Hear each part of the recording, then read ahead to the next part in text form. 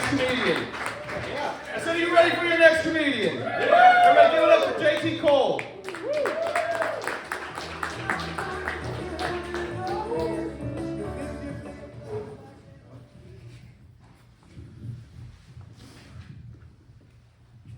Hey everybody.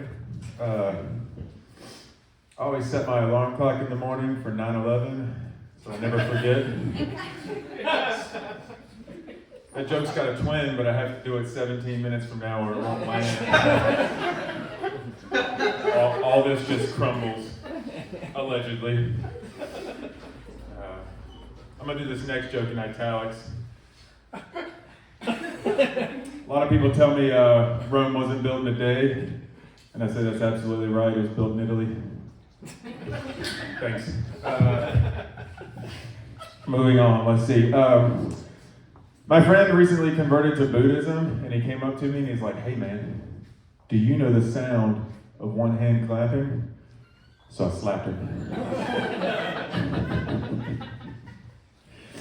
My other friend, he likes board games. He came up and he called me up and he said, "Hey man, why don't we play Risk and Monopoly at the same time? That way we each have to manage a wartime economy."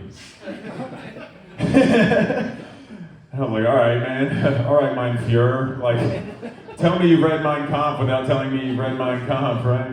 Like one day you're talking about managing a wartime economy, and then the next day you're talking about annexing South Carolina to teach them how to correctly make barbecue." I think my friend just got more concentration than me. Some of y'all went to camp. My best friend likes to travel a lot, and last summer he went to Germany, and he got back and I was like, "Man, how was that? That's got to be pretty fun." And he said, in every hotel they stayed in, the showers didn't work and none of the trains ran on time, which historically speaking, very ironic. It's okay to laugh. I see you. Just come in her face. It's great. That's what I'm here for. I think liquor companies should make 39-ounce 40s. That way you don't have to pour any out for your homies. Some of these jokes are just good business ideas, right? I'm looking for investors, right? I'm here for the long haul. These free comedy shows ain't really paying the bills like I thought they would. Hey, I'm going to ask you the hard questions tonight, man. Like, if you get amnesia twice, is that deja vu? Think about it. Or don't. That might be the point. Or have you guys ever thought about what if Arby's didn't have the meats? Just chaos, bro. Or hey, man, have you ever thought, has anyone ever typed an email to a deaf person in all caps to make it louder? Try it out. You never know. It's a theory. You ever thought about which celebrities have various sex kinks? You ever thought about that? Anyone? No one got free time? Everyone's just coasting through life, not being interested. Like, I bet Bono's really into edging. If you didn't get that joke, that's kind of the point. It's just a lot of build up and then nothing. Look, I don't listen to any podcast, and I don't watch the UFC, and I sadly don't wear my Aaron Rodgers jersey anymore. That was expensive. So it's safe to say that I believe in science. I have no problem with vaccines or anything like that. And anytime they tell me I need one, I'm good to get it. And I've noticed something, as I've gotten older, they hurt less and less. And the last time I got a flu shot, as soon as the nurse was done, I thought to myself, I could do heroin. I mean, the real heroin too, man. Heroin classic, right? Red can heroin, right? The type of heroin that keeps Kentucky voting for Mitch McConnell because they think that's a good idea. Not the fake heroin that's going to make me think it's a good idea to go see Jelly Roll in concert. He seems delightful, I gotta be honest. He seems like a charming fellow. Anytime I get sponsored ads on social media, I delete them and tell them that they're irrelevant because I don't want them to know anything about me. So the other day, Facebook's just like, "Do you want to retire?" I don't know. But I get, as I go on, I get more and more, random, and they get more and more obscure and stuff. And I got one the other day that was like, "Hey, do you want to sponsor a rat in Southeast Asia to search for landmines?" I don't know, maybe. And like, of course it would be in Southeast Asia, or as I call it, the Kissinger countries. We put the landmines there, I don't know, 50 or 60 years ago. Now we're going back to get them. We became the heroes we wanted to see in life, right? The other day I was typing a message to my friend, and I was typing the word night, and I accidentally hit the letter G twice, and immediately started sweating. And luckily autocorrect caught that and was like, oh, you don't mean that, you mean night.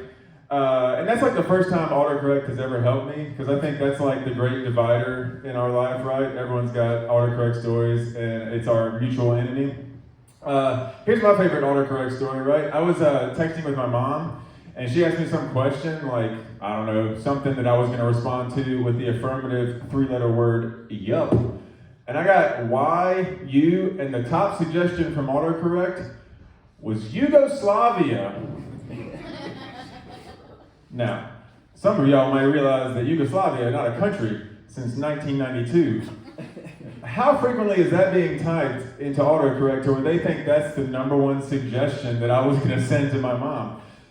So anytime going forward that me and my mom would talk, that became like a thing between us, right? Like, you coming home this weekend? Yugoslavia. Did you see the game? Yugoslavia, right? It just kept going and kept going.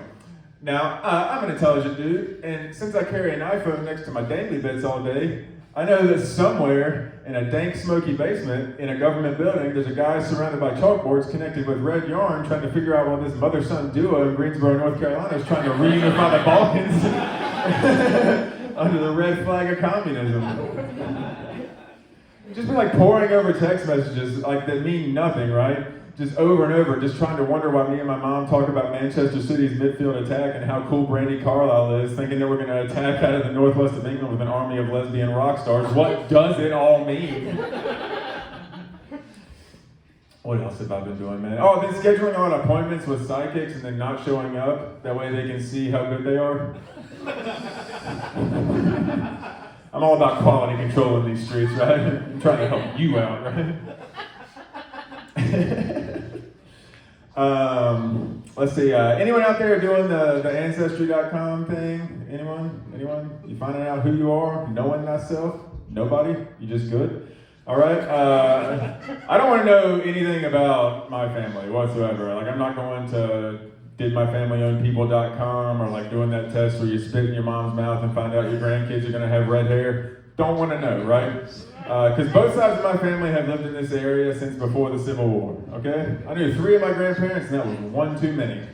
I'm not going to learn anything good about people born before 1916, right? Nothing. And thankfully, I don't know like anything about my dad's side of the family. That's probably for the best, because that family tree probably got a few loops in it. Yeah, some of you got that. But on my mom's side of the family, I know a little bit more. Like, I know that we're related to the Wright brothers. So in a way, if you think about it, I'm kind of responsible for 9/11.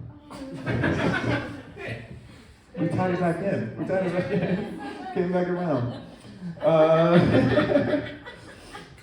Oh man.